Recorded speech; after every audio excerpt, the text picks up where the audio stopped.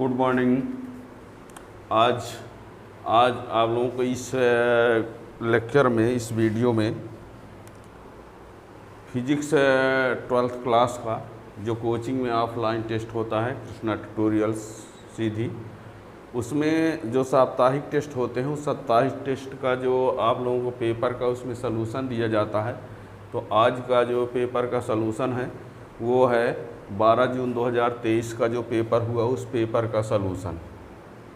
तो इसमें आप लोगों को हम बता दें कि इस बार का जो पेपर रहा है वो इस बार का जो पेपर था वो फर्स्ट सेकंड थर्ड चैप्टर से सिर्फ फिल इन दी ब्लैंक्स वाले 20 क्वेश्चन दिए गए थे।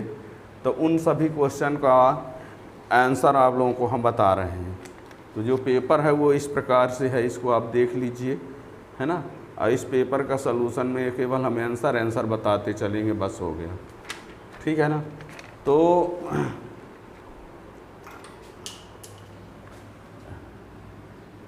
टेस्ट पेपर सलूशन,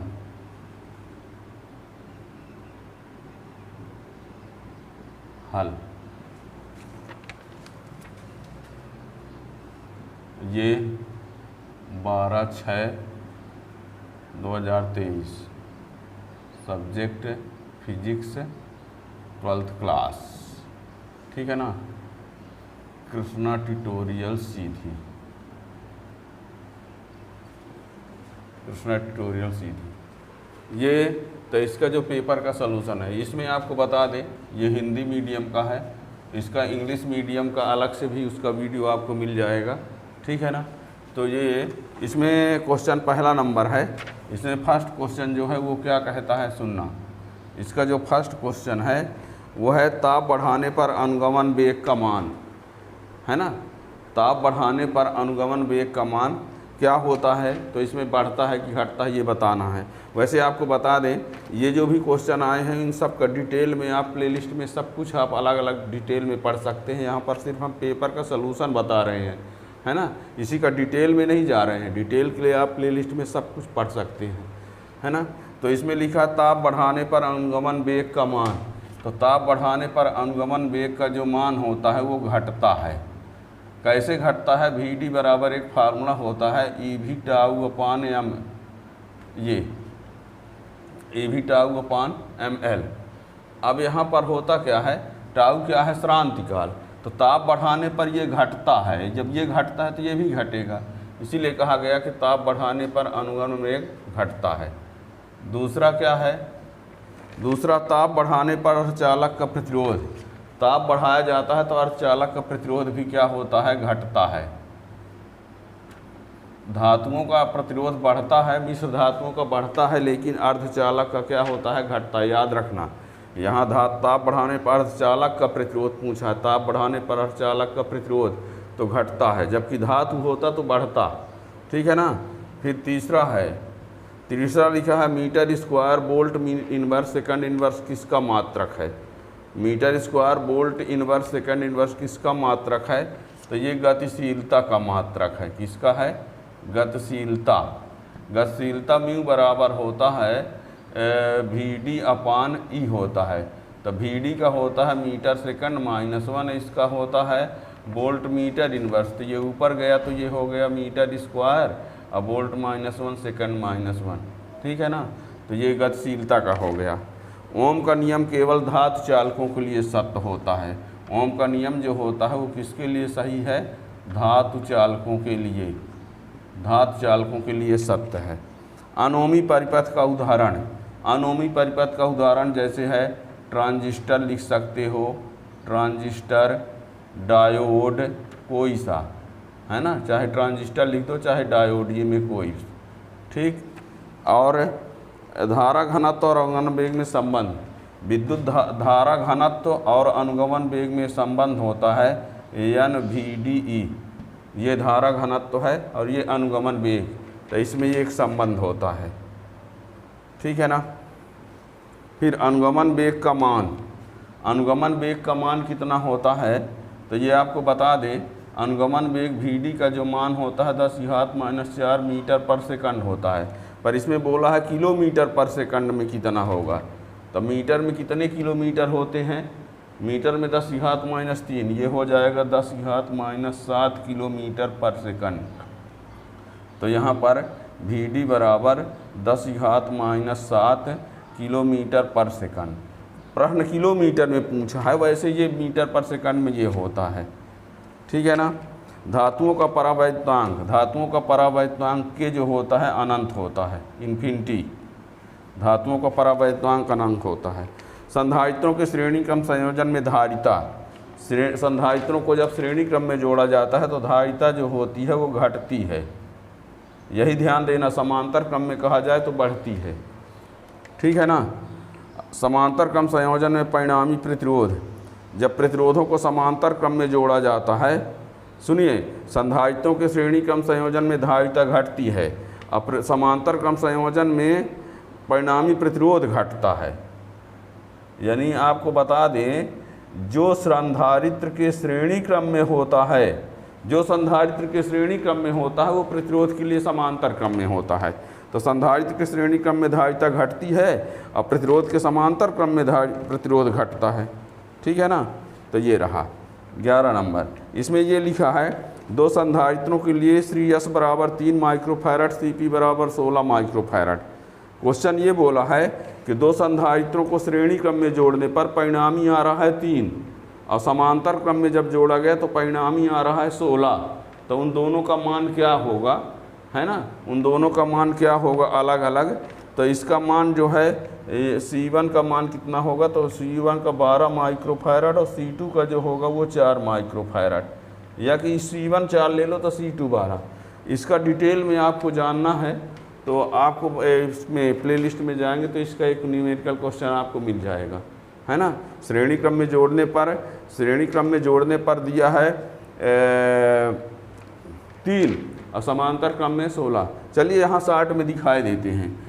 CS बराबर दिया है कितना 3 और CP बराबर दिया है कितना 16। इसका अर्थ हुआ कि CP बराबर तो होता है C1 + C2, तो ये 16 बराबर C1 + C2 दिया है। और समांतर क्रम में होता है श्रेणी में CS बराबर C1 C2 अपान C1 + C2, तो ये CS का मान 3 दिया है, तो ये C1 C2 बटे 16, तो C1 C2 बराबर 48। इन दोनों समीकरणों की सहायता से हल किया जाएगा। जब हल करेंगे इन दोनों समीकरणों की सहायता से तो ये आ जाएगा, ठीक है ना। तो ये रहा, बता तो दिया हमने कि ऑब्जेक्टिव है तो 60 में आंसर बता रहे हैं। डिटेल के लिए आप प्ले लिस्ट में सब क्वेश्चन आपको मिल जाएंगे, डिटेल में जानना है तो। अब 12 नंबर, धारा घनत्व। धारा घनत्व बराबर लिखा है खाली स्थान गुणे विशिष्ट चालकता, तो इसमें विद्युत क्षेत्र की तीव्रता होता है, यानी इसका आंसर होगा विद्युत क्षेत्र की तीव्रता। विद्युत क्षेत्र की तीव्रता फार्मूला होता है यानी J बराबर E × सिग्मा। ये धारा घनत्व है, विद्युत क्षेत्र की तीव्रता है, ये विशिष्ट चालकता है। एक कूलाम आवेश वाले गोली पृष्ठ से गुजरने वाला फ्लक्स, यदि किसी में 1 कूलाम आवेश है तो उसका फ्लक्स कितना होगा, तो ये होता है 1/0। ऐसी की वैल्यू रख करके हल कर सकते हैं, है ना। 1/0 न्यूटन मीटर स्क्वायर कूलाम -1। अब यदि वैल्यू लाना चाहते हो तो इसका मान 8.85 × 10⁻12 होता है, उसको रख कर ला सकते हैं। 14 नंबर में लिखा है चालक की लंबाई तथा अनुप्रस्थ काट के क्षेत्रफल पर निर्भर नहीं है, कौन ऐसी राशि है, तो वो है विशिष्ट प्रतिरोध। विशिष्ट प्रतिरोध है, या कि उसी को बोल सकते हो प्रतिरोधकता। ये ऐसी राशि है कि ये चालक की लंबाई और क्षेत्रफल पर निर्भर नहीं है। फिर अध्रुवी परावैद्युत का उदाहरण, अध्रुवी परावैद्युत, अध्रुवी परावैद्युत वो एक होता है ध्रुवी परावैद्युत और एक होता है अध्रुवी परावैद्युत, है ना। तो पहले तो आप लोगों को बता दें अध्रुवी परावैद्युत क्या होते हैं। अध्रुवी परावैद्युत वो होते हैं जिनका धन आवेश का केंद्र और ऋण आवेश का केंद्र संपाती होता है, एक जगह है पर धन भी वहीं वहीं ऋण भी, है ना। तो वो क्या कहलाते हैं? अध्रुवी। ठीक है ना। अध्रुवी वो होते हैं जो जिनका धन आवेश का केंद्र ऋण आवेश केंद्र अलग अलग होते हैं, वो होते हैं ध्रुवी। तो अध्रुवी का उदाहरण जो है वो N2 भी हो सकता है, H2 भी हो सकता है, O2 भी हो सकता है, ये कोई सा लिख सकते हो, H2 N2 O2 अध्रुवी परावैद्युत में। ठीक है ना। अब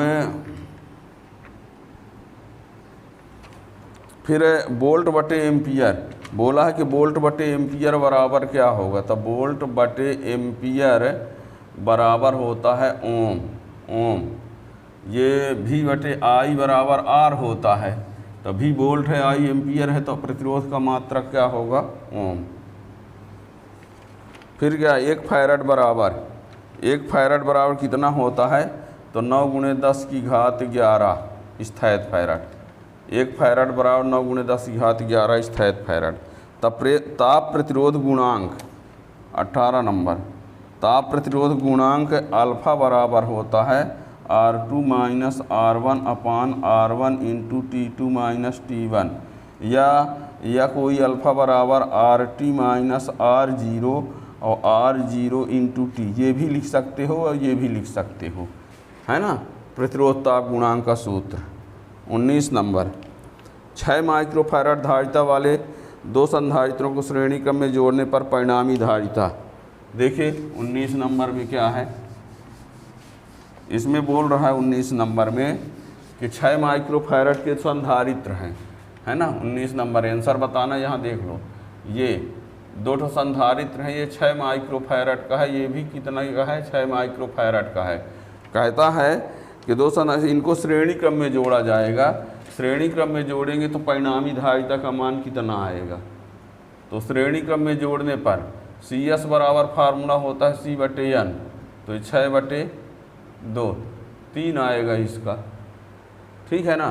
कितना आएगा? तो इसका 3 माइक्रोफैराड आएगा। श्रेणी क्रम का सूत्र होता है CS बराबर C/N, जब समान रहता है तो C 6 दिया है और कितने हैं? 2 ठो, तो ये ठीक है ना। 20 नंबर में क्या है? Ampere per metre square, ampere per metre square किसका मात्रक है? ये बोल रहा है। तो ये धारा घनत्व का है। किसका है? धारा घनत्व, धारा घनत्व। ठीक है ना। तो ये हो गया है। इसे आप इसका बता दिए। यहाँ पर आप लोगों को बता दें, इस कोचिंग में जो ऑफलाइन टेस्ट होता है, ऑफलाइन क्लास लगती है कृष्णा ट्यूटोरियल सीधी में, तो हर सप्ताह में यानी टेस्ट होता है। यानी आपको बता दें, टेस्ट जो है वीकली भी होता है, मंथली भी होता है, quarterly, half yearly, pre board, है ना। प्री बोर्ड में कई सभी एग्जाम की तैयारी के हिसाब से हर बार पेपर जो दिया जाता है वो क्वेश्चन एग्जाम वाले कंटेन होते हैं, है ना, और उनका सलूशन ही मिलता है। तो चैनल में यदि आप सब्सक्राइब किए रहेंगे तो इस प्रकार से आपको नोटिफिकेशन मिलता रहेगा। और आप इस चैनल के माध्यम से आप पूरी फिजिक्स को आप पढ़ सकते हैं, चाहे वो 11th क्लास का हो, 12th क्लास का हो, हिंदी मीडियम, इंग्लिश मीडियम, किसी कंपटीशन के लिए, सब कुछ इसमें आपको मिल जाएगा। Thank you.